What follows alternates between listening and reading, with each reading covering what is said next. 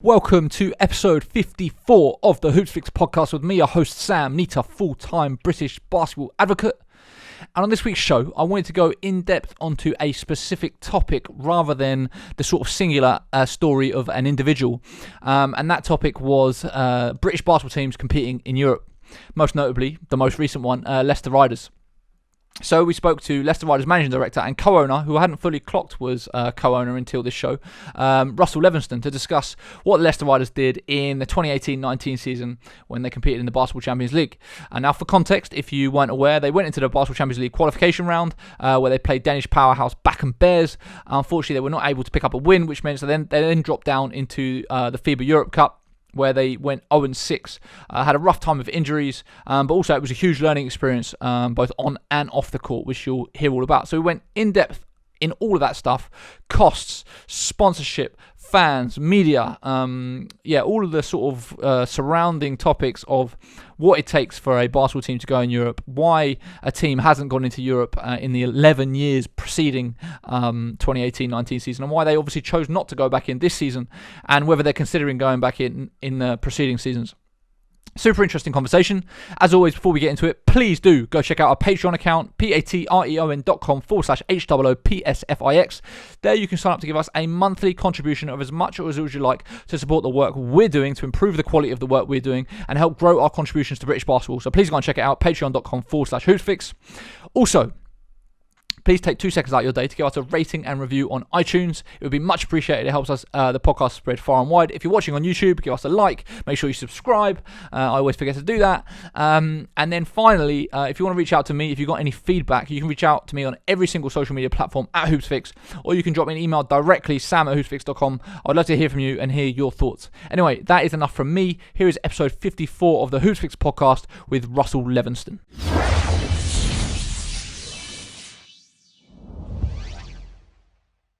Russ, welcome to the show. Thank you very much. Thanks for having me. So there's one main focus why I wanted to get you on the show. Like I said, I was talking about sort of Leicester Riders going into Europe. I think there's a lot of lessons there for people to learn from. But before we do that, I just want to kind of go into a little bit into your background, how you came to be at the Leicester Riders. Is your official position the general manager? Is that your kind of official role, title? Managing director. Managing director. So how you came to be the managing director? I know you've got a bit of a history in the game. You're involved with Vince back in the day at Hemel. So can you kind of give us the high level overview of how you first got involved with basketball, and I guess how you got into the position that you're in now in Leicester? Well, I first got involved in basketball at the age of 11. Obviously, first of all, I was playing, but really got involved in, I suppose, professional side and BBL basketball at the age of 11. My head of PE, Graham Cracknell, was the assistant coach for Hemel Royals. And he called me one day and said, "We've got no one to do the stats. Will you come down and do the stats?" So that's how it all began. And I was sat on the bench as an 11-year-old doing the stats with the coaches, and spent a lot of my time from probably the age of 11 through to about 15, 16 doing that, and travelling with the team, spending a lot of time most evenings and weekends, and then got more involved with Vince. You could probably say Vince was a bit like a surrogate father to me growing up, and spent most of my evenings and weekends learning what to do, also probably a little bit of not what to do, but had so many great times. Learnt so much from him, and through Hemel Royals, then moving across to Watford and Hemel Royals. Went on from not just being a stats guy, but also going on to sort of running game nights, organising community events, and then moved on to setting everything up and running everything for him up in Milton Keynes days. So that was a big travel for me, actually, as a 15, 16-year-old, going up on the train from Hemel most weekends, sometimes also in the evenings, going up and down that train track.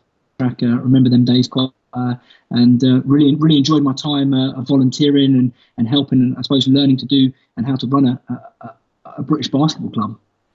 And so then how did you end up at Leicester? So I then went away to study for a little bit when I got to sort of 18, 19, was down in Folkestone, spent quite a bit of time down there. And then what happened was the day I got my qualification, I was a qualified AAT accountant, decided actually can't be the rest of my life. I love basketball. I grew up with it all. This can't be. So actually the day I got my qualification, I actually handed my notice in that day and called Vince. And Vince said, actually, strangely enough, I've just got a job come up here. So do you want to come work here? So I then went and worked as sort of a community stroke general manager for Vince for about 2 years. So 40-year role into a paid role. And I suppose at that point I had a huge passion to drive basketball in the community, setting up programs like Hoops for Health and after school clubs and organising the community coaches, and at that point a lot of the players going into schools and that side and driving ticket sales. And I suppose learning a lot of the trade as such of how British Basketball Club works and how to make it work. I then decided for different reasons that I wanted to do something different, and I went to work for Reebok Fitness Equipment, who was one of the sponsors of Milton Keynes Lions, and worked in boxing and fitness as marketing and brand manager. So I did that for about 2 years. But again, I got that basketball itch. There's only a certain amount of time you can be away from it and want to be a part of it. And I've been a part of all them years with Vince and Hemel Royals and Milton Keynes Lions is that I wanted to have an opportunity to see if I could do it my way as such. And I was talking to Birmingham Panthers at the time whilst I was working for Reebok, and couldn't really get anything to work there. And Andy from BBL said to me that Leicester had a few issues, and they were holding a meeting with their fans and sponsors and that side. This was sort of mid-August, and I went along to that, and that's really how the conversation started. I was lucky enough, I bought a property when I was young. My grandparents and my parents helped me to buy a property when I was younger, and actually I sold that property and used that money to invest into the Riders at that point to take on my position. So that's really how my Leicester journey began in 2007. So it's 2007. So you have an ownership stake, equity stake in the Riders as well? Yeah. So myself and Kevin, I'm one of the owners alongside Kevin Routledge. Okay, interesting. Okay, so that was around 2007. So you've been there now, 13 odd years. So you've obviously seen a lot, got a lot of experience. And I'm assuming probably learned a lot of what you do on the job, because it's not like there's a training manual that you can pick up or a course that you can do of how you sort of learn these things. I think with a lot of things in British basketball, you end up just jumping in at the deep end and just working out as you go along. I guess, yeah, I mean, how's that been for you, kind of like getting the experience and finding out what you need to do as you go? Yeah, 100%. I think, and if you'd have probably had this interview with me at the end of that first season, I would have probably said to you, what the hell have I got myself involved in? And I didn't realise what I was actually really getting myself involved in that first season. And I think my biggest things was the foundations that I had, though, and the experiences I had already that I'd learned from working with Vince, to what worked and what didn't work. And then I suppose progressing that and doing it yourself and adjusting things. And I think for me, the passion was always about trying to get British basketball out there and getting it known. But I always, it still is, but at that point I felt it was such a big secret. And how do I spread that word and have the impact? It made a huge impact on my life, and how do I make that impact so many more people's lives? And I had a huge passion to try and create a player pathway as well, to try and offer young British players the opportunity to have things that I never had when I was growing up, of high-level facilities, high-level coaching alongside high-level education, and giving them opportunities that they didn't always have to go to America, because that was before. Now it's still very much the American dream, but we're able to do it actually at a much earlier age with our junior national league programs and the academy programs up at Charnwood, and then obviously we now really set up a great program at Loughborough University as well, and we started to see players developing through. And I think that's where my passion comes from, is that development side of stuff. So in 2007, sorry, just going back to that first point of you asking me what that point was the main thing I set up was the Hoots for Health program. The biggest thing I wanted to set up was a grassroots program in Leicester. Prior to that, it was very, very limited. And for me, that was the biggest thing that I'd learned, is that starting from the beginning is you've got to have a really good community base. So that's what I spent a lot of my time in them initial few years, was creating them community programs to come and watch more Riders games and convert them into ticket sales and that side. Do you find the clubs, is there like a good sort of sharing ecosystem between the different clubs? Like if you're trying to do something that another club has done, you know, do you find that you can kind of share sort of, I don't know, that's tips, it's the wrong sort of word, but, you know, insight information about kind of like how different clubs are doing things, what you can learn, take it away, and then sort of apply it to your own club? Have you found other clubs are helpful in that sense? 100%, yeah. I think for me, people like Paul Blake, I've obviously since I took over in 2007, was awesome, letting us in, showing us different things they were doing. Sarah at Sheffield as well. Like there's lots of people that have provided a lot of knowledge and support. And I've tried to do the same. So, for example, when James Bryce came in at Cheshire, Jamie's just come in at Manchester. For me, we're only stronger if we all work together. So I open up all the time.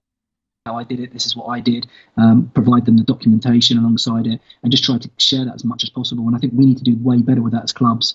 I know one of my ambitions has been to try and set up this club's forum of sharing of information. That we don't have that forum at the moment in British basketball, and I think that's a really important thing for us to. We have a lot of passionate people, but actually, how do we support them passionate people to provide them the tools to be successful in their areas? I don't see as other clubs as competition. I see it as we're British basketball and we've got to help each other to drive forward. Don't get me wrong, when we cross the line and you play a game or whatever else, yeah, there's always a bit of friendly banter, but there's that level of respect that you need to support each other, because the more successful Newcastle are, the more successful London are, and that side. And there's lots of things that I've tried to help, and a lot of the things Vince helped me with, but there's a lot of things I still try and help. The UEL University came up here to meet with me to discuss how Loughborough partnership worked and all that sort of stuff. And I think all that sort of side is really, really important, that we help each other. And for me, that's going to only provide more opportunities for British players, and also continue to challenge what we've created, and continue to drive us forward as well, because we need everybody else to have what we have, and provide them outlets and provide them opportunities. Yeah, 100%. You're only as strong as your weakest link, right? And I think that is, when you talk about the BBL, I think one of the issues, if you want to call it that, is the disparity between, you know, the resource and the organisations at the top and at the bottom.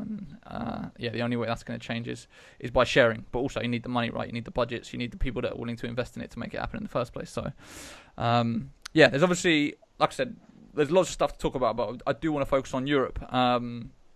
So, let's talk. You've been in since 2007. I'm assuming that in that time, Europe has kind of always been, like, I think everyone always speaks about Europe, like, oh, we want to do it one day. Everyone wants to do it. Everyone aspires to do it. So kind of how long have you been aware of that floating around in the last sort of decade or so, of wanting it to be a dream and aspiration? And then I guess, what were the first steps to make it actually start becoming a realistic prospect?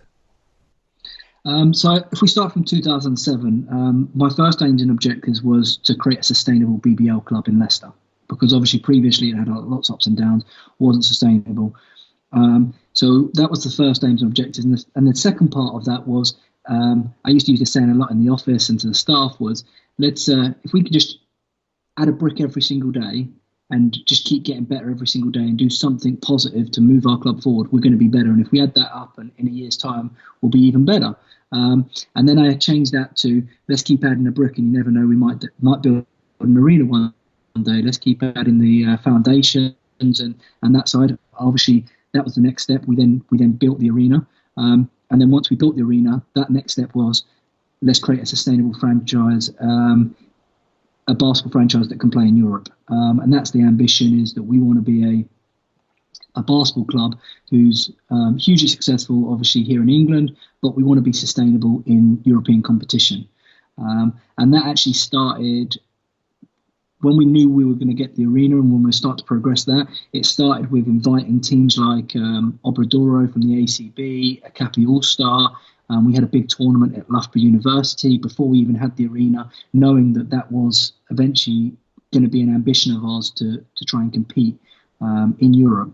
So for us, the best way of doing that was to learn what it takes to host. And also, we travelled to Sweden in Norrköping. We went across to Obradoro as well, and then sort of 3 or 4 days look like in regards to the travel, the playing of games, and what you have to do in that. And I think that as much as people will see that what we did as play in Europe was one season, actually, we had about 5 years building up to that of learning what it takes to host teams logistically, and what level you need to be at. Because initially, when we did the first time, we learnt a lot actually around what worked and what didn't work, and even to the little things of not just the hotel, but the type of quality of food you have to provide, the type of travel quality you have to provide, the level of communication, and how you do all of that.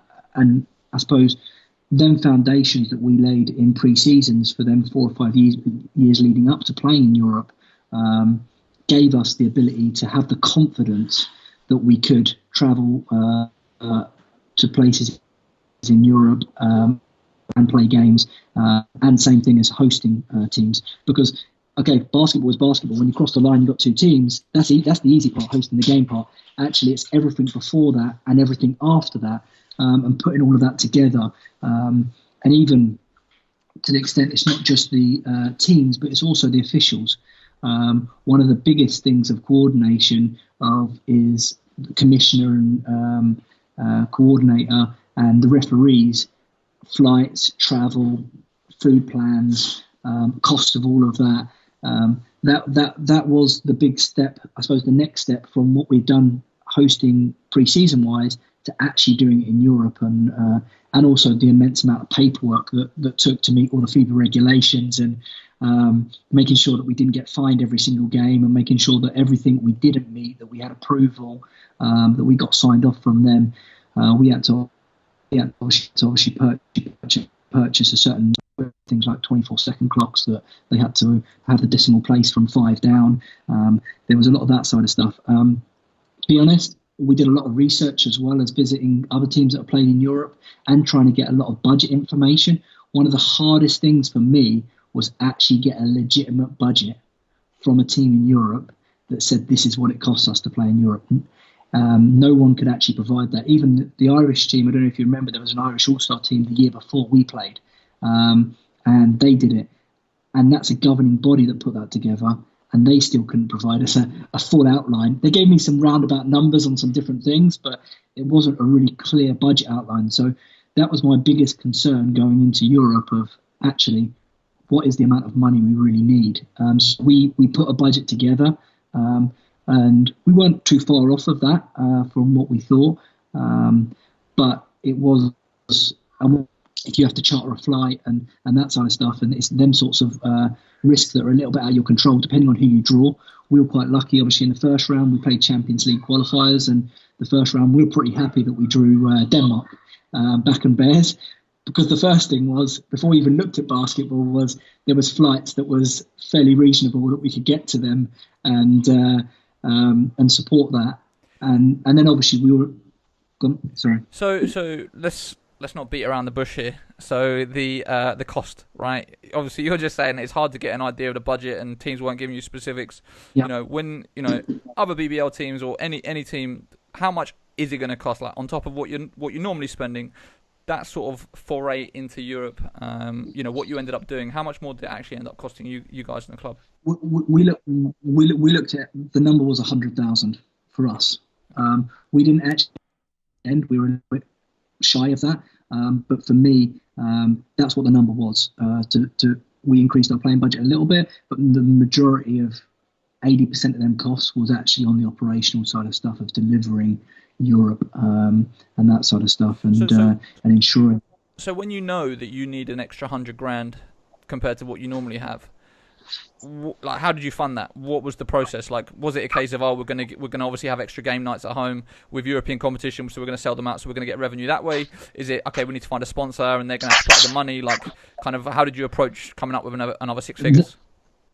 That was sponsors. So being honest, the majority of that money that we raised from that was sponsorship. So we went to sponsors. We held a couple of sponsor events and explained that this was part of what we want to do as a club. Tried to get as many sponsors on board. And then we went round to a range of our sponsors and said, I'm really sorry, mate, the kids are just coming in. Guys, can you come out, please? Sorry, this is the COVID reality of having a 4 and a 7-year-old running around. So yeah, that was the biggest thing we did, and we got great support from Gelson Homes, C3 Construction, Lumbers Jewelers. But how did you sell it to them? Like, on what basis? Like, what were you actually selling? You were saying, look, we need an extra $100,000 from you. This is what you're going to get in return, because you didn't end up on TV here, obviously. Like, I do want to get into sort of the media coverage side of things as well. But like, kind of, what were you selling as a package to be able to justify getting an extra $100,000 from various different sponsors? Well, I think the big thing of all was we had done a lot in Britain over the last 3 or 4 seasons, and a couple of the sponsors had started to sort of say, well, what's next, and that aspect of that sort of stuff. So the leverage was getting into a different market, and obviously the problem with some of them sponsors, actually, it didn't actually affect their market, because someone like Gelson Homes, they're not going to sell homes to people in Hungary.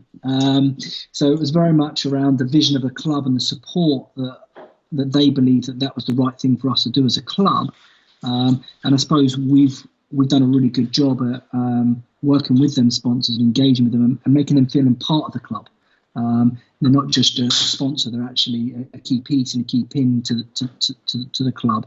And knowing that that's an important part of the next part of the journey. And I suppose that's what we built in strategically. And then a couple of years beforehand, of this is something we want to do. This is something where we want to go. And we actually did a lot of work the season before that summer.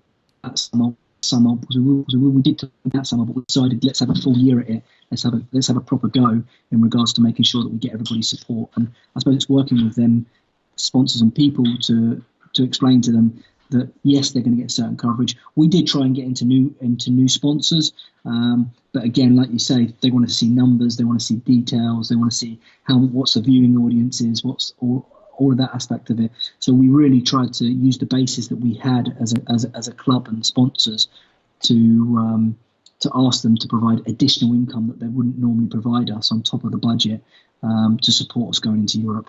And that was the only way that we could do it at that time. Yeah. Do you think it's fair to say that actually it wasn't necessarily because they thought they were going to get more return on their investment? It was actually because they feel a part of what you want to do, what you do. They want to support what you do. Is almost like, I mean, charity is maybe a bit harsh, but it's like we want to support what you're doing or whatever, rather than, this is going to lead to a bunch more sales for us, Yeah, and I think that they're all pretty much Leicester businesses that want to see Leicester put on the map. Football have done it recently with they played in the Champions League as well, obviously off the back of winning the Premiership. And actually, it was good for Leicester as a whole to the next season for us then to do that for basketball. And I think that was a big part of it as well, and the general success of Leicester sport and putting Leicester sport on the map. And I suppose for us, talking to them about us being ready to do that for British basketball as well, and that was a big passion for us. So the reason for us doing it was to try and put British basketball on the map, to say, actually, we can compete with these European teams and we can deliver European competition, and we do have the infrastructure and the facilities to do that too. Do you think that, obviously in retrospect, when you look at it now, do you feel like, you just said that you didn't end up actually putting too much towards player budget, the extra money was generally for logistics and the off-the-court stuff.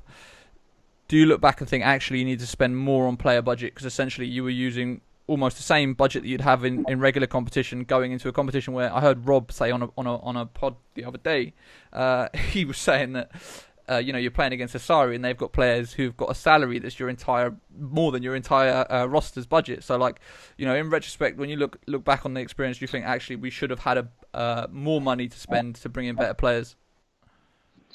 Well, we weren't, and there's definitely a way. Don't get me wrong. If you give me an extra £1 million, we'll be even way more competitive. Like, we can really, really make an impact. But we felt that with what we had and what we'd done previously in European competition and competition we'd come up against, we felt that we could be competitive, and we went with the route of continuity. And we brought a lot of players back, like Jamel came back, Connor, some of the guys that we felt with that continuity, we could upset a few things and we could compete. Our biggest thing of all was we had that huge injury to a key player for us 3 days before our first game in the Champions League qualifier against Bakken with Pierre Hampton. The last second, actually, he shouldn't have even been in practice. Don't even talk to Rob about this. Rob still gets fired up about this every time we have a conversation. And he shouldn't have even. Rob told him to sit out of the last bit of practice and start icing. And Pierre was like, "Oh no, I'm going to run this last thing," and he did it. And he came down on Alex Larsson's ankle, turned his ankle, and that took him out of near enough the whole European competition. He played a couple of games half fit down the stretch for us, and he was such a key component. He played with us for 2 years. Obviously, he'd started to take that role that Drew had with us previously, and he was so a key person that we built that team around as well. Which was really tough for us. And then we had the injury to Trayvon, and he wasn't fully healthy because of his knee and that aspect of stuff. So that season wasn't easy for us. I felt that if we'd had a fully fit team, and we were super competitive in Europe, I felt there was a lot of games that we run teams close. I remember Sassari, who went on to win the competition at home, our first game against them. It was 6 points coming into the last couple of minutes, and the guy made a couple of big threes going down the stretch. Otherwise, we were right in that game, and that was with a team that wasn't fully fit. And like you say, they had one player on that team that was way more than nearly double what our whole budget was. So when you start looking at that, it's like, wow, the fact that we were on that playing court with them, competing with them, and doing that with a majority of British players as well. That was one of the other things that I spotted. We had a lot of talent on that team, and we're playing against teams with 5-6 Americans. And I remember going to Sassari one game away. We had one American on that team because J.R. Holder had an issue, injury side, and DeAndre Burnett had an injury. We were waiting for another American to come in, Wayne Martin. So we went there with one American, and he was pretty much hurt. Trayvon played through, and he was hurt. So actually, we really played with no Americans against that team, and I was really proud of our guys because for 3 quarters we really competed against them. And I think that's the one thing that it's not just about budgets that we have to look at to be able to compete in Europe. It's also eligibility, because most of these other teams have got 5 or 6 Americans. And it's hard for us when you only have 3 Americans with limited budget. Yeah, like when you talk about, clearly there was a lot of there's obviously issues with injuries and guys going down and stuff. Do you think that was just bad luck, or do you think that actually was part of the scheduling of everything, you guys not being used to going into Europe, kind of the travel, the wear and tear, just kind of this whole new experience that all of a sudden it was just too much for guys' bodies who weren't used to it? I think a little bit of everything. Yeah, I agree. We had a bit of bad luck. The Pierre one was bad luck. Like, we had a great pre-season. Everybody was healthy at that point. And that's bad luck, coming down on someone's ankle and before we'd even started to get going. So I'd say that we had a couple of bad luck, like that sort of stuff. But I think down the stretch, as we got into it more, I think the travel, one of our biggest lessons, and the thing me and Rob talk about all the time, is the jet lag the travel takes off of you. So by the time you leave your house, you travel to the airport, you're waiting around the airport for the flight, you're flying, you then wait on the other side to get your bags, you're then traveling from the airport to the hotel. Like, you're talking that's 12 to 14 hours every single trip. And you do that journey sort of the day before. So you arrive in the hotel normally in the afternoon. We're leaving at probably most of the time 5-6 o'clock in the morning from our houses, get into the other hotel at 4 or 5 o'clock. Then you go to practice, maybe 6 till 7:30. You're then going to eat dinner. We then go for a scout and video. So then by the time you actually get some rest, it's sort of 10:30. And then you're up in the morning for breakfast, walk around, and then you're straight into sort of practice before that. Then you're into lunch, then into the last sort of video session and stuff. And then you rest for that play. And then as soon as you play, it's obviously you eat again. And then it's that journey back. You have that evening, you stay at the hotel, and then you leave again at 5, 6 o'clock in the morning, potentially sometimes. Get the flight back, arrive back into Leicester on that Thursday in that sort of 6, 7 o'clock in the evening. Guys go back, they rest, and we got to be ready to practice on the Friday, because often we may play on that Friday. So there was times where we actually, I remember one journey which was it was great, but actually it was the hardest. We actually flew straight from one of the trips. I think it was in Hungary. We couldn't go straight to Newcastle. We were playing Newcastle on a Friday night away. So, but we transferred to, I think it was Amsterdam, and then went from Amsterdam to Newcastle. We got into Newcastle at 1 a.m. in the morning. Then we woke up in the morning. I remember everybody was like, we woke up for breakfast at 8 and couldn't hardly function. We were exhausted. And I didn't even play. I was exhausted. Then we had to get ourselves ready to play Newcastle, which obviously for us is top of the table clash. Normally, you need to win or lose them games, depending on whether you're going to have a chance to win or lose the league. But I remember we came back and we won that game. And me and Rob, after we travelled back after that Newcastle game on the coach, and we were like, what the hell just happened? Like, how did we do that?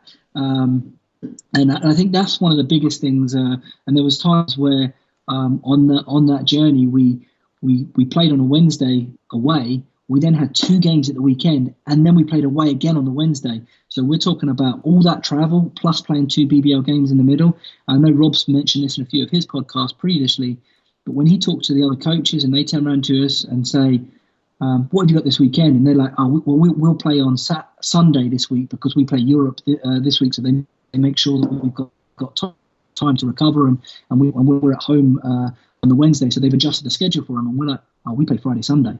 They're like, what? You play 2 games? So you're playing 5 games in 7 days? Yeah, that's just the way it was at that point. And I think that's the other part of the lesson learned is for any British team doing it again, for us to be able to be competitive on, yes, you got to look at the finance, yes, you got to look at the logistics, but you also got to look at the scheduling, because otherwise it's a recipe for disaster. I was going to say that I've heard Rob kind of say that the league could have helped you out a lot more with scheduling than they did. Was that something that was addressed? Like, was it something you were aware of before? Like, in terms of, had you had that conversation, being like, look, we want this taken into consideration as our scheduling. Can you try and move some games around or whatever? Or was it a case of you didn't know until you did it, and then you're like, actually, this is a bit much, and now it's too late to change it, kind of thing? And it was that. It was the second one. First of all, BBL were really supportive about us going into Europe. They did a lot to change some schedules around and to do some different things. But with the changes that we made, when it actually came to it, it was only once you were in it, we were like, actually, we didn't even spot that. And we're like, and then them sorts of things. And there's also there was a bit of fixture movement as well that kind of, because don't forget, when we actually did the initial BBL fixtures, we were only in the Champions League qualifier. So we didn't even know what the FIBA Europe Cup fixtures would even look like at that point. So, and Champions League fixtures look different to FIBA Euro Cup and all different things like that. So we tried to do our best as we could at that point. But for me, the new schedule would have worked a lot better for us in regards to having the cup schedule at the beginning, because actually, you know what, in that schedule, if you lose 1 or 2 games, you can make them up. In the league, let's be honest, you look at the last 10 years, you can't afford to lose many games, because often between 4 and 7 games in the loss column, that costs you the league. So if you already drop a couple of games because of Europe at the beginning of the season, that potentially, and it did for us that season. If you notice that, obviously we came back strong in the end to win the playoffs. And that really helped us down the stretch at the end from the amount of continuity we had as a group travelling around together and that aspect of stuff. But then first 4 or 5 months, we dropped a lot of games because of bodies and conditioning and that sort of stuff. And that's with us investing into, we had a full-time strength and conditioning coach for the first time that season, and I think that's the biggest thing for me is it's not just investment in players' budgets; it's investing into have the right quality of support staff of not just the coaching team, the assistant coaches, but the medical staff and the strength and conditioning team is really important. Going back to the roster makeup and the players and stuff, when you were sort of putting together the obviously you said that you were trying to go for continuity over everything and just try and keep together the core group. Was there any part of you that was like, well, actually, we should be looking at players that have done a European schedule before and kind of done this to bring that experience to the team? Was there anyone you were trying to sign that was there any near misses? Like I know there have been conversations in the past with Devon. There have been conversations with obviously Miles Hessen. Can you talk about that? Maybe near misses of guys that you wanted to recruit that maybe you didn't get, like just roster makeup stuff. Interesting, you know about some of the conversations. So yeah, Devon and Miles, we obviously had them sorts of conversations, but a lot of it come down to money. Actually, one of the people we actually had a conversation with when we got really deep, and we only just missed out on him, was Ryan Martin, who signed for Bakken. So he ended up playing against us that season. So we actually really, we were really interested in signing him. And obviously he didn't have European experience as such, but he was a player that we felt could be really good in European competition. And being honest, for what we needed, we actually needed the depth in the budget, and we needed to extend the budget more so than investing into one or two key guys that had the experience that potentially. And building a team is like a puzzle. I say this all the time. Every year that we have this, and me and Rob talk a lot about this, we have to put that piece of them, all them different pieces together to try and create the puzzle. And some guys, as much as we'd love to have them as a piece of that puzzle, we just can't afford to put them as the piece because we might lose two other pieces because of that. And that's where I think people don't understand how difficult it is. To put a winning franchise together, especially, I don't believe we're one of the top 3 or 4 budgets in the BBL, in my opinion, from what I know. And with the budget we have, and everyone perceives us having one of the biggest budgets, and I don't believe that's the case. But I do think we do really well at spending it the best way. And our biggest thing that we've tried to do over the last 13 years is create an environment that players know that they can come here and they get looked after. So, okay, maybe we're not the biggest payers in salaries and stuff, but we have really good quality housing. We have nice new cars. We have strength and conditioning coaches, a medical team. We have a great coach. We have great facilities. And actually trying to create the professional environment is just as important than just paying salaries. I'm going to just quickly, this is a little digression, but semi-related to what you're saying.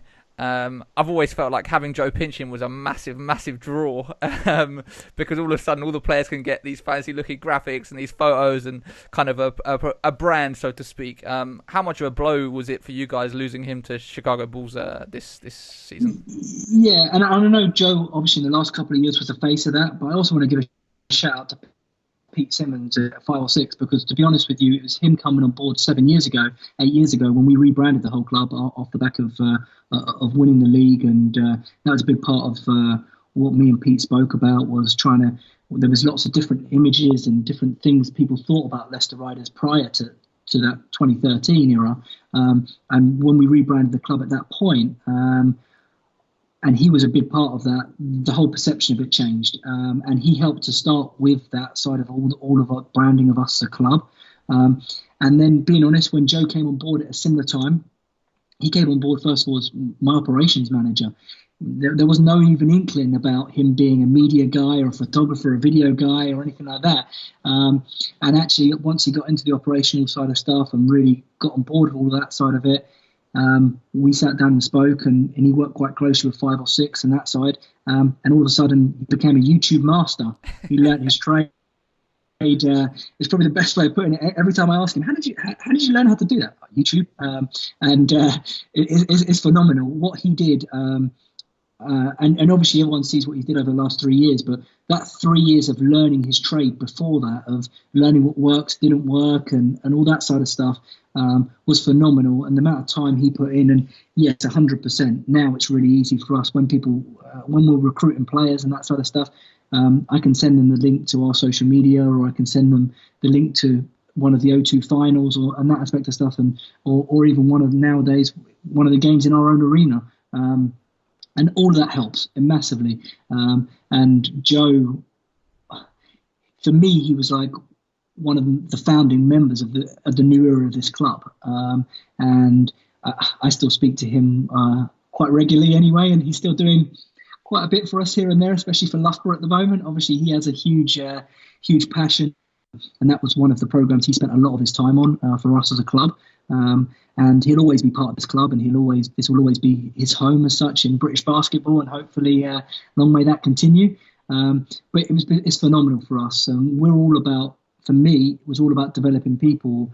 The opportunity Vince gave me growing up, I wanted to provide that opportunity for other people to show the impact it can have on people's lives and what actually it can do. Obviously, that started originally as players and then moved on to coaches. We can talk about a lot of great coaches that have come through our club. And then other staff, and Joe's one of them guys operationally, and what story that is to come from as a volunteer first of all, then a part-time member of staff, then a full-time member of staff, to now be working for Chicago Bulls, and I think that's what I'll come back to that saying a lot of people will use. Well, MJ saying some people want things to happen, some people wish it to happen, and others make it happen. And I think in British basketball, if you want to be successful, you have to make it happen. Yeah, 100%. Staying on the media stuff, were you disappointed? Well, I should pose that as a neutral question. How did you find the media coverage of the Riders going into Europe? Kind of what were your expectations, I guess? Did you think, well, look, this is the first time that we've had a team in Europe in 11 years. This is quite a big deal. Kind of who did you approach? What was the response? Kind of, like where did it sit on the media side of things, I guess? Yeah, I suppose the best way of putting it was initially we got a lot of traction. When we announced we were doing it, everyone was hyped about it. Everyone was like, oh, I'm going to be there. I'm going to get involved and everything else. When it came to it, I didn't see that interaction that I was hoping, to be honest with you. The whole basketball getting behind it, and whether that's media, whether that's actually just basketball fans in general, I think that one of the lessons learned by playing in Europe is it's not a one-year thing that's just going to be successful. I personally think it will take 5 years of growth and development, and that's when I'm talking about that. I'm talking about the fan base. Because as you've seen, we were able to now sell out the new arena for BBL games, but for Europe games, we really struggled. We struggled with midweek audience and trying to educate people of how big time that was, how big are them games, and I think that, don't get me wrong, I think it might have been easier if you'd had a big name like a footballing name like a Real Madrid coming into town, and people might have perceived that to be a bit different. But when you announce the Hungary teams that people never heard of and that aspect of stuff, and I think that the education piece needs to be over a number of years, and we need British teams to be playing in Europe for a sustainable amount of time to grow that audience. And hopefully off the back of that, we'll then be able to create a better audience. And it's the same way as it took us 5 or 6 years to develop an audience for BBL. And I don't think it'll be any different for Europe. I think it's possible, but I do think it will take that time and that sort of investment of that amount of time to make it sustainable, so you could then rely on the ticket income and you can rely on the sponsorship income from them games and the TV coverage and that side of stuff. But it will take a long-term investment. It's not just a short-term, let's do it and it will all happen and fall into place. That's not what happens in British basketball. How much do you think the midweek game stuff hurts, like in terms of trying to get fans there? Like, do you think that's actually was not what else going on, or that so it could be a good thing, or is it, well, it's a school night and people just want to stay at home? Like, kind of, yeah. How do you think people are perceiving that? I think there's definitely one side it's tough because it's new. So anything that's new and anything time you change, especially for a basketball audience, they're quite used to being in their systems. And even for us, changing from a Saturday night, all our games used to be on a Saturday night. When we moved to the arena, we moved a lot of the games to a Friday night. Like, there was a transition that took a while as well. So I think there's an element of that. I think the big thing in Europe that it really did open some doors to was the commercial audience, though. one thing that we found was we got a lot more companies, a lot more engagement from companies in Leicester to bring in their staff down, coming down doing hospitality and that side. And actually that helped us to get more people engaged in the sport, even at the weekends, because they then came down to see, oh, this is really cool. And I think the business community of Leicester, that definitely helped us with midweek games. The actual general audience, to the point we get more of British basketball people travelling to come in from all over the country to come and see these games. It was just really more of our fan base that continued to come and support. And I think that was something that I kind of expected to be better, to be honest. And I expected the media coverage to be better as well, because that would have helped us to build the awareness. And like anything, we can do so much ourselves through social media, but to get to that new audience, we need mainstream media to support us and back us with that. When you talk about the mainstream media, was there what was the mainstream coverage like? Did you get any mentions in national newspaper outlets or national radio stations or national TV stations, anything like that, or was it all very localized to Leicester and sort of Midlands? It was all sort of really localized to Midlands, to people we already have networks with. BBC East Midlands covered it quite a lot. ITV Central, they did some stuff, but that was the main thing. It was all very much coverage that we'd normally get, and again, it was only once here and a once there. It wasn't a consistent, we're going to follow your whole journey and we're going to cover you every time you play and have highlight packages from every game and all that side of stuff. So did you try and pitch that to any national outlets? I suppose, did we pitch? We tried to pitch it initially to the ones we had contacts with and relationships with, and that aspect of stuff. But as we find in this country, a lot of the time, because we're not football, it's a much harder sell, and that's the nature of the beast we're in when it comes to the mainstream media. And I think even other sports like cricket and rugby and other people have even found that more recently. We're very lucky that we have great network within our media of the newspaper, the radio, and the TV within our region. But more than the BBL partnership that they had with BBC Sport. But there was no, we tried to get Sky Sports News involved, and we tried to send them stuff, and we tried other things like that to try and get into other markets. But at the time, we didn't get much traction on that stuff. Have you ever engaged with a professional PR agency that kind of already has the relationships and networks? And the reason I say that is that I used to be of the thought process that I never really got PR agencies. I just think this is a pointless thing to do, pointless exercise. And then one year for the Hoopsfix All-Star Classic, a guy who I won't name in case he doesn't want to be named, but he used to work for a massive agency, a PR agency that had the NBA contract,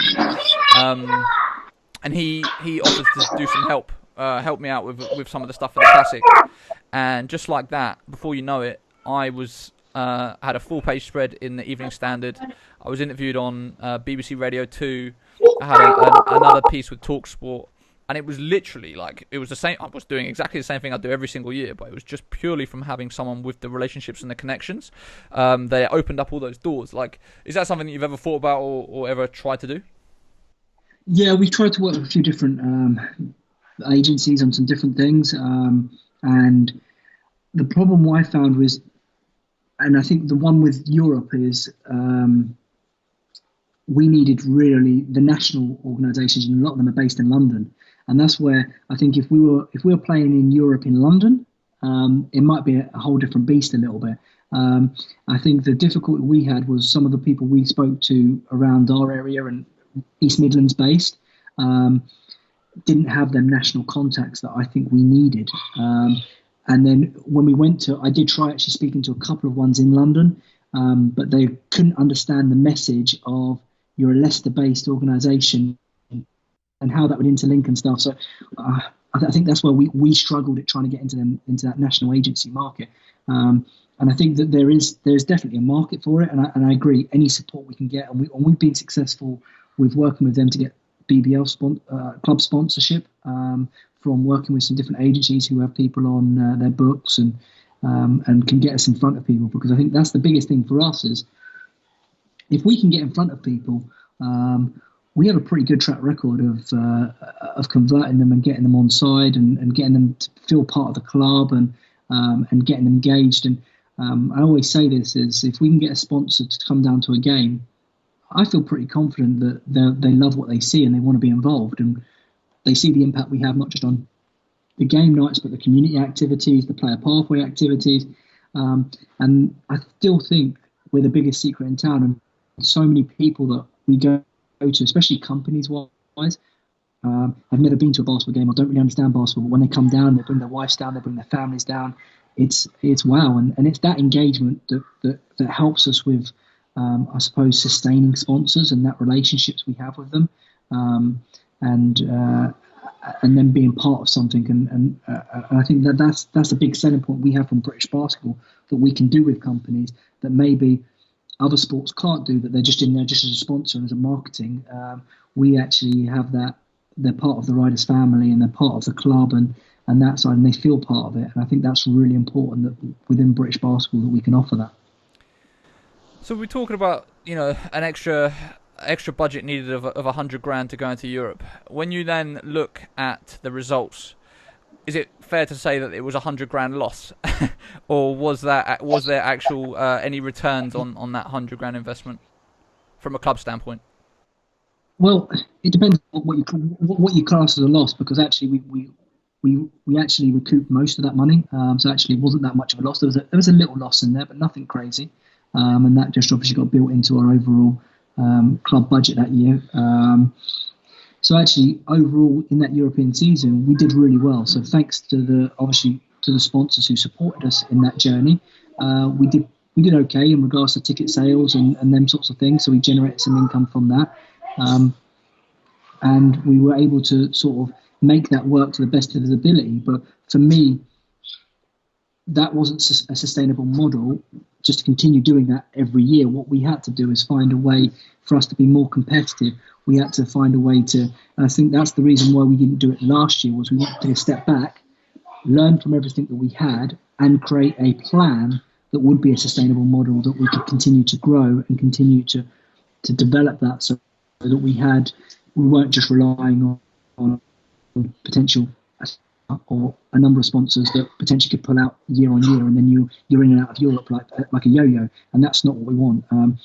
So I think that's what's really important for us. Now we know what it takes, what to do, and I agree we probably need a bit more in the playing budget to get that extra guy that we felt we need to probably be really competitive. I thought we were really competitive. I know everyone will look at it and go, well, you didn't really win any games or anything like that. But there were some experiences that we knew with one or two extra players that we really felt that we would have won them games and different situations. And I remember there was one game in Hungary where we went into that game and they thought they were going to really beat us really easy. And their budget was a big budget. And the predictions leading up to it was, this is going to be an easy game for us and everything else. And we played them right to the end. And one of the things was where their crowd actually started to boo them and cheer us because of the amount of respect they gave us and how hard we were playing and what we were doing. And at the end of the game, every one of our players and coaches got clapped off by the whole of the audience, because I think they realised actually how, I suppose, the impact we were having compared to what we were expected to be having, if that makes sense. And I think that's for me. It was never about, yes, we wanted to win some games, but it was always, that first season was always about learning as much as we can, taking everything on board, so that actually, hopefully down the stretch, we could be a sustainable club. And it wasn't about trying to just win a couple of games in that season. It was all about sustainability. Right. Why even bother? Like, why aspire to play in Europe? Why have a BBL franchise that plays in Europe? Why does everyone want to do it? Why does the country feel like it's something that we need to do, when realistically, you've got to raise another $100,000. You're putting your players at greater risk of injury. We haven't gone into Europe for 10 years before. Why even bother in the first place? Well, I think for me, it's about British basketball, and I think for us, it's a competitive nature. And we've done so well over the last 5-6 years before Europe in the British League. We'd obviously won the league numerous times, won the playoffs, that aspect of stuff. So we wanted to challenge ourselves to that next step of, well, what does it take? What does it take to get to that next step? And that challenge. And I think anybody who's competitive wants to know, well, how do you take that next step? And what does that look like? And also, I think that we wanted to put British basketball on the map a little bit, because I felt there was a BBL and other people give there's a previously, I wouldn't say maybe not as much now, but previously there was a different on that aspect of stuff and different things and how professional it was on that side. And I think we wanted to prove actually, no, we can be as competitive as any of these European teams and as professional. And it's not just on the court, it's also what you can do off the court on that side. And I think British basketball doesn't get the respect that it does deserve, and I think that was a big part of it too as well. So I think everybody within British basketball wants it to be the best it can be. So I think the reason why people want to compete in Europe is that next step afterwards.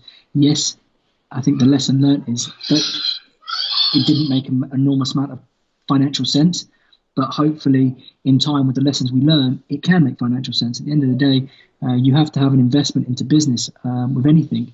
As long as you can learn how to develop that business to make it make financial sense. I think that is the thing, and be, I suppose, really reasonable and honest. And I think previously other teams hadn't. I think other teams just went into it to go, okay, we'll raise a couple of $100,000 and we'll lose it and won't care about the future and whatever else. And that wasn't our method around it. Our method around it was learning, developing, because our ultimate goal is to be a sustainable team. So we weren't just going to throw money we didn't have at it. We had to generate every penny that we wanted to spend on it. We had to generate. And that's a bit like us as a club every day. We don't have any rich owners or people pumping in hundreds of thousands or millions of pounds into clubs. And we've seen that previously in the past in lots of BBL clubs. And that's not a sustainable model for any British club. So for us, it's all about, let's find a way that's a business case to generate the income for us to be able to spend it. And sometimes, yes, you do have to have maybe a couple of years of losses, potentially, and we have had losses in the past, but it's on the ultimate goal of knowing we're investing into something to achieve something, to get the bigger picture, and whether that's to eventually have more team budget or to achieve building an arena or to have more infrastructure and a staffing thing, structure. Because I think that's one of the things that I don't think people really understand is actually how much of a staffing infrastructure that we have. And we've invested a lot into that over the years, not just into playing budgets, to help generate incomes. When we were just before we started recording, we were kind of talking about the history of teams going into Europe and BBL teams going into Europe and stuff. And, you know, there is a very, very rich history of teams from the UK making forays into Europe. And then there was a period of, like, it was the most recent period of, so from 2000, so Guildford went in 2007, 2008, and then there was 11 years where there was no one that went in until you guys did. And before that, you had the Bakken Bears, you had the Towers, and then there was even, like I said, I briefly spoke to John Atkinson beforehand, and he was saying in the 95-96 season, there were 6 teams that were actually competing in Europe. What is it that you think has changed in that time that's gone from, you know, everyone's trying to go into Europe and everyone is playing in European competitions to now where it's like it's a really much more difficult thing to do? Is it just budgets or is it something else? I think it's definitely budgets, but also I think that the other thing is, if you look at historically, the teams that played in Europe really struggled to sustain their clubs afterwards. So the teams you're mentioning, Bakken Bears, London Towers, Guildford Heat, actually, if you look at what happened a year or two after that, and I think that a lot of people that may have been running them clubs at different points thought that was the way to run British basketball, to play in Europe, and that's going to generate you even more money to be able to support the British game and that aspect of stuff, which I don't think was the case. And we've seen these models throughout, and it happens in every single sport. Rich people come in and invest loads and loads of money, and just hope that that's going to create a return. And I think for you to be able to do that, you need to have the right people and the right understanding of what it takes to be able to do that, because just throwing money at it isn't always the right answer. So when you made the choice to not go in back in the 2019-20 season and kind of take stock and reflect on things, was the intention always we're going to make a return in 2020-21 season? Yeah, I think that was our initial thing was let's take a step back, let's learn, and we want to be sustainable. So let's work out what it needs to do for us to do that.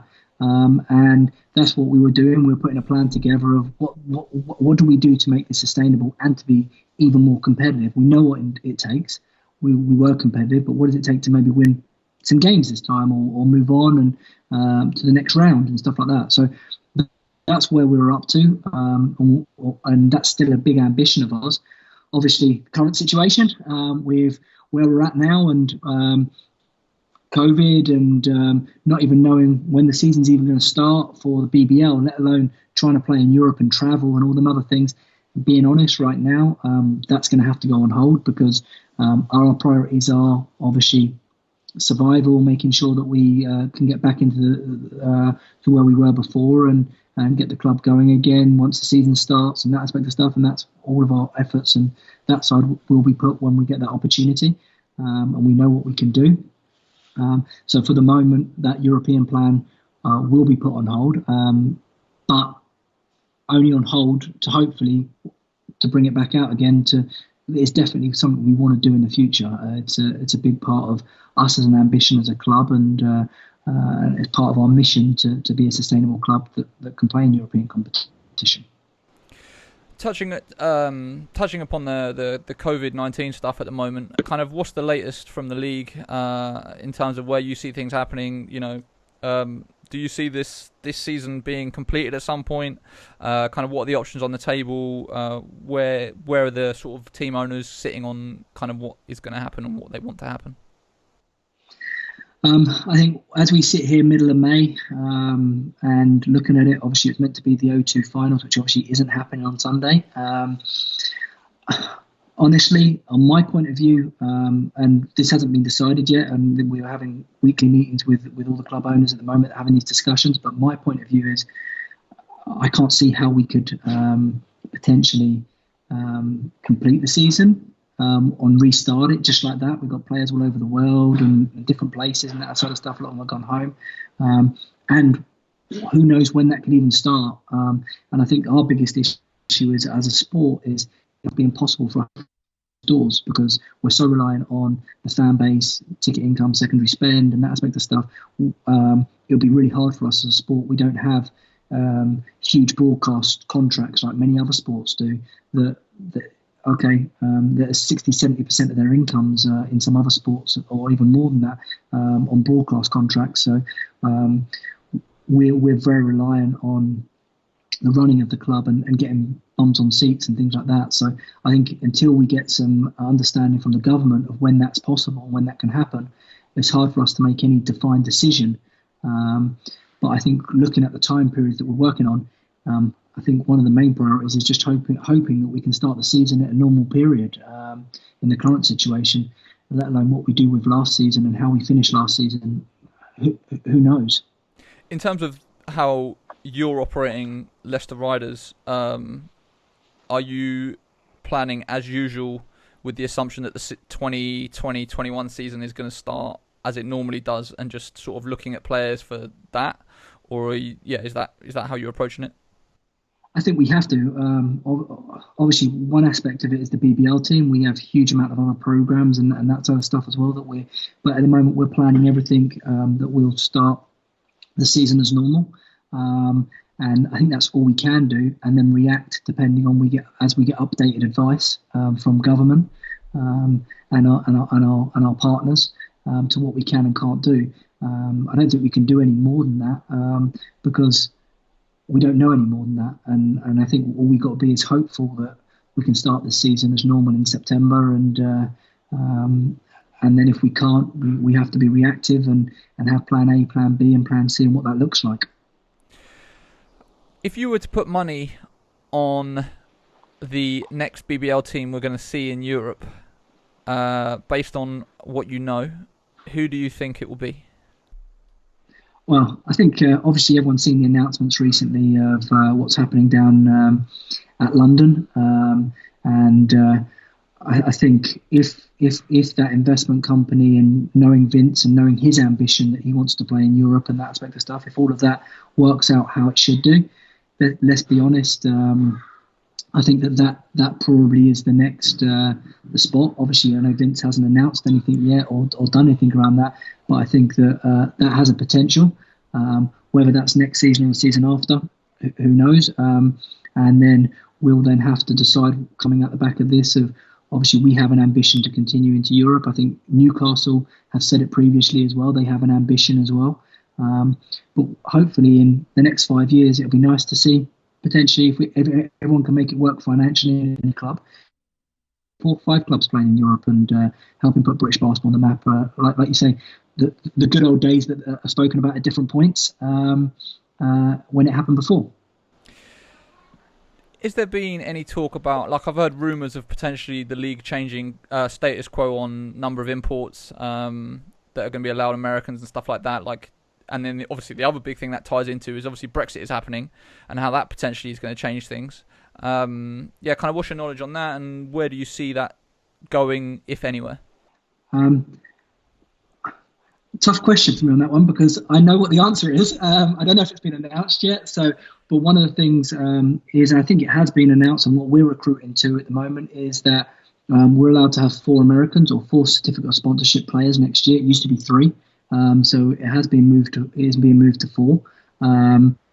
Allowed 5 national players, so of which 4 of them can be certificate of sponsorship players. So technically, you could have 4 Americans and 1 European, or you can have 5 Europeans, but you can have up to 4 certificate of sponsorship players that are classed as international players. And I think that's a step forward for us to be able to try and compete with European teams, where most of them have 5 or 6 allowance for international players. And I think that would help a club also be able to do that and compete in Europe. I personally think that, my personal opinion is we should be allowed to, if we want to be competitive in Europe and have similar models and that aspect of stuff, why not have 5? Why have the Europeans and the Americans? What's the difference between a European player and an American player and that aspect of stuff? And I think we need to protect the British players. I think that's really, really important because we want to make sure that we're a British league that is developing British players, that provides opportunity for British players to be successful in our league. But overall, I think we need to be have the best product possible on the floor and be as competitive as possible, and that side of it as well. It's a tough balance, isn't it? Because my initial reaction to that is just like, it means we're going to have even more Americans and there's going to be less British guys getting shine and stuff like that. Like, how do you get that balance right, and how do you ensure that allowing more Americans into the league is not going to hurt the chances of having more British stars playing back home? It's no different. If you actually look at the rosters up and down, most teams had 3 Americans and 2 Europeans. So what's the difference if that European is an American or a European? Well, what does that make a difference? Whether that's Tyler Bernardini, who is American with an Italian passport, or whether it's an American, or whether that's the big guy Hussein up at Newcastle, who's French. What does it matter if he's French or American or British? At the end of the day, whether he's French or whether he's American or whether he's German or American, it makes no difference. That other player has an opportunity to take minutes from a British player. Yeah, fair enough. I didn't think about that one. Okay, cool. That is, I think that just about wraps up most of the things that I wanted to cover with regards to Europe. Is there anything else you think that I haven't asked you that I should have done when you're talking about British teams going into Europe, kind of key lessons, key learnings, key takeaways, maybe things that the fan doesn't understand or doesn't get to see from the front-facing things that are going on behind the scenes? I think a couple of things, and I think if you talk to some of our fans came across to some of the away trips and they absolutely loved it, the away trips and that aspect of stuff. And we have a great travelling fan base anyway for a lot of our away BBL games, and I think that experience for them to go and see different places, but also to see Europe and that stuff was phenomenal. And I think the other things was the logistics behind it. My advice to anybody going into it is don't just do it. Make sure you've hosted teams, you've been travelling to teams, you're used to understanding what it takes to do that part. Forget about the money side of stuff, just the general experience of delivering it, because I think that's really important, because to have a great experience for you as a club and for that travelling team to come to you, and for you to provide British basketball as a as a positive shining light. I think that's really important, and it's not just about money; it's having the expertise and the experience to do that. And I think that's my biggest message to everybody. And then creating a plan that is sustainable, and it's not just a 1 year thing. That hopefully you can be sustainable in it, because otherwise, if you're just going to do it for 1 or 2 years, you might as well just write that check and put it in the bin and burn it up.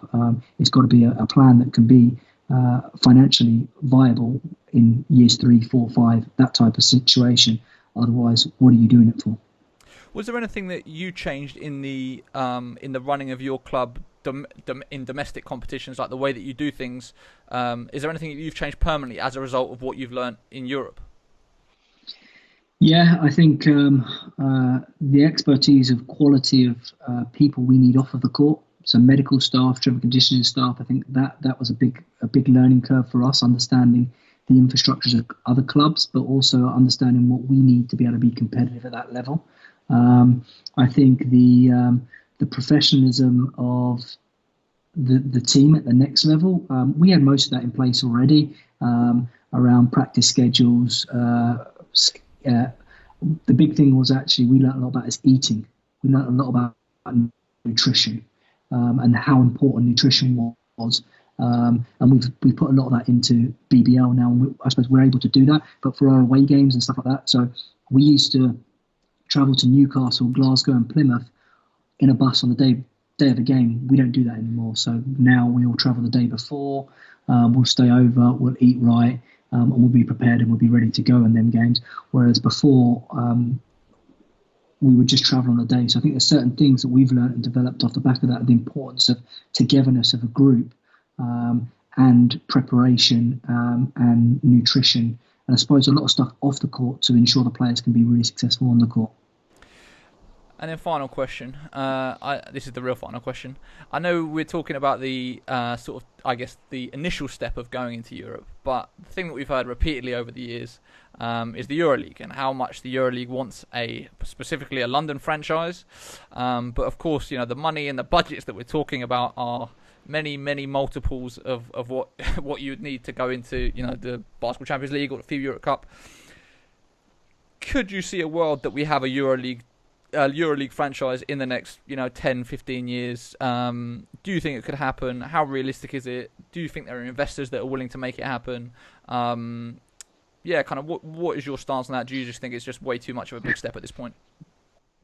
I think the biggest thing of all is you're talking about you need a £5 million minimum budget a year to be EuroLeague standard. But I think that's the smallest budget they have in EuroLeague at the moment, from my research.